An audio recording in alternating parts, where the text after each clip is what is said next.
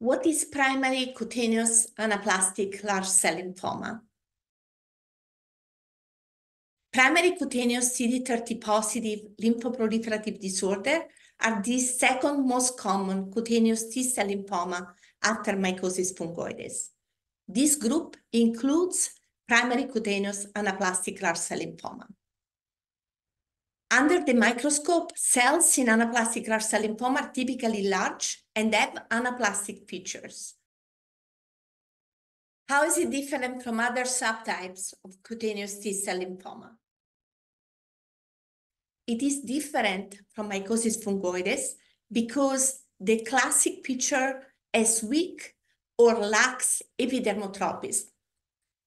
In mycosis fungoides, lymphocytes are in the epidermis, which is the outside layer of the skin. In primary cutaneous anaplastic large cell lymphoma, that is not the case. Also, the difference is that in primary cutaneous anaplastic large cell lymphoma, cells are strongly positive for CD30, which is a very important marker, not only for the diagnosis, but also for the therapy of this disease. What does it look like? Patients typically present with single or multiple nodules, but in rare cases, this disease can also present with plaques and papular lesion. It is usually more common in men and is rare in children. These lesions typically tend to grow over time and can become ulcerated. It is very important to exclude other sites of disease, like nodes, lymph nodes, or other organs, because there are some systemic T-cell lymphoma, including anaplastic large cell lymphoma, that can present with secondary, not primary, but secondary skin involvement.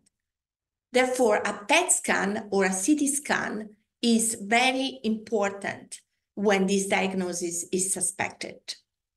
And if the PET scan or the CAT scan show lymph node enlargement or lesions in other organs, then a biopsy should be performed.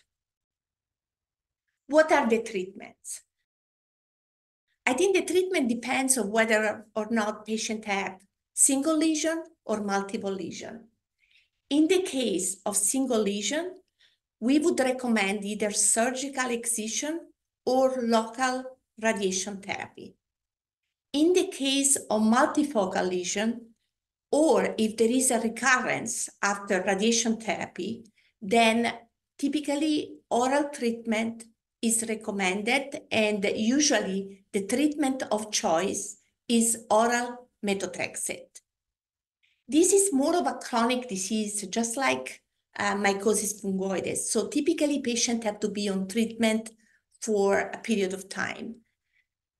And this is usually required also to prevent recurrence. So once the disease is in remission, we recommend the lowest possible dose of methotrexate and to reduce also the frequency, trying to decrease the toxicity, a possible toxicity of this treatment.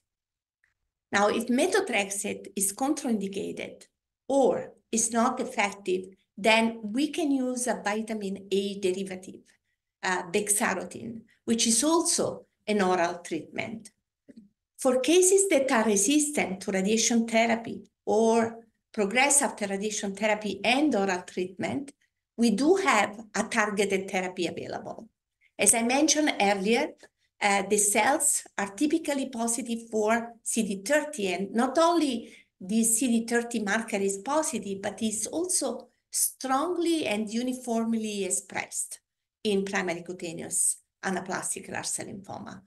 We do have an antibody drug conjugate that specifically targets CD30, brentuximab vedotin.